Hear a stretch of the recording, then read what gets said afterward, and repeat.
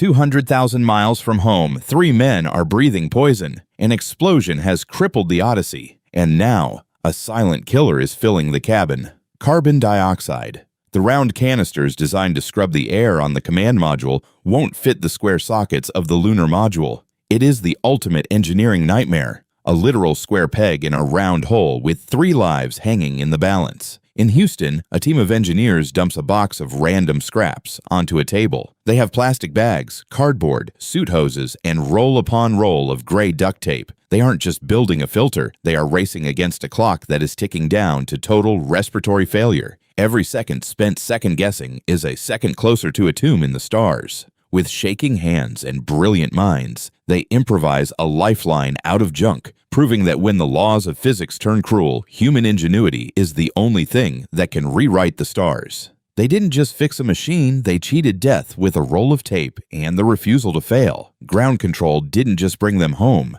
they built a bridge across the void. Failure was never an option.